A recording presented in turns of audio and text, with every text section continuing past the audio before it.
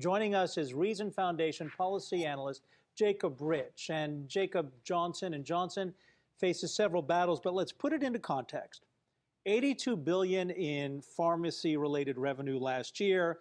Total awards, these are punitive damages and jury awards, of about $13 billion this year. Can J&J get past all of this to a moment where it's not going to hit them as dramatically? It'll completely depend on the verdict that comes up in Cleveland later this month. So basically, the Oklahoma trial that went forward, that was about $572 million reward to one state. Those amount of damages are definitely something that Johnson & Johnson can take, but there's going to be hundreds of municipalities in Cleveland that are going to be litigating over damages. And Mike Moore, who is the ringleader of all the cases that are going against Johnson & Johnson and other pharmaceutical companies at the moment, he wants to grab about $100 billion at least. And with net income of about $15 billion for Johnson & Johnson, the time period for them to pay that back will basically be dependent. Okay. That will be the major factor if they can pay it back. Let's simplify this a bit. You just mentioned Oklahoma. That was a verdict regarding opioids. The others settled, by the way. Johnson & Johnson didn't.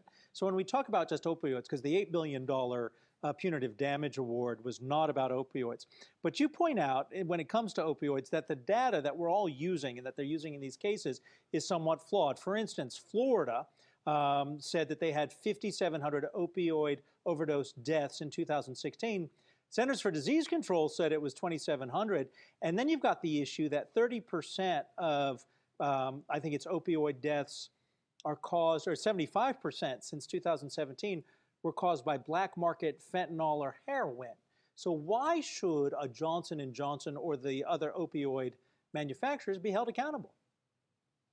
It's not very clear that they should be held accountable. We really need to make sure that the relationship between prescribing and addiction rates is actually true before we blame any of the pharmaceutical giants for opioid distribution, and that distribution may be causing addiction. If you look at the Substance Abuse and Mental Health Services data, this is a department under HHS, the Department of Health and Human Services. They actually measure addiction rates to pain relievers. They measure non-medical use of pain relievers, and they also look at opioid abuse rates. And all of those rates seem to be stable since 2002.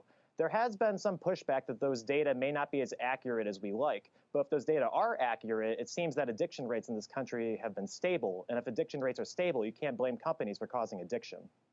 Jacob, this most recent ruling, the $8 billion, obviously that's probably going to be reduced, wouldn't be that substantial. But, it seems it's just a hit after hit for J&J. What do they have to do to kind of overcome this? And then where do they go from here as far as regaining shareholder trust if they're hitting these issues one after the other after the other? Well, first, they need to acknowledge that the opioid crisis is a terrible public health situation. We had about 70,000 people dying of drugs in 2017 alone, about 47,000 of those deaths attributed to opioids. So first, Johnson & Johnson needs to show to the public that it actually cares about what's going on. But while it shows consideration, it should be honest about the data. And whenever the courts bring up accusations that seem not to be true, as many attorneys general seem to do, they need to be completely upfront, show their sources, and try to regain trust in just a forthright matter. But Jacob, I'm going to ask you this question, and I'm neither defending nor prosecuting Johnson & Johnson. But it seems that the opinion within the society is not to trust a big company. And you just brought up opioid deaths. And again, I'm going to cite the statistics you gave us from the government that in 2017, over 75% of the overdoses caused by opioids were black market fentanyl or heroin. Again, why should Johnson & Johnson have to prove its case to a public that may not be willing to hear it, even if it's legitimate? Well, Johnson & Johnson, even though I'm on the side that, from the data I've seen so far, I do not think that their actions have led to more addiction. I think it is incumbent on Johnson & Johnson to prove that and to make that case to the American people. And the reason why people are actually going after Johnson & Johnson isn't because their drugs are causing the deaths. It's because the prescribing of their drugs led to addiction, and then those addictions led people to seek out heroin and fentanyl on the black market. So causing addiction in the first place is what Johnson & Johnson is being blamed for. They're not being blamed for the majority of deaths at the moment. All right. Jacob Rich from Reason Foundation.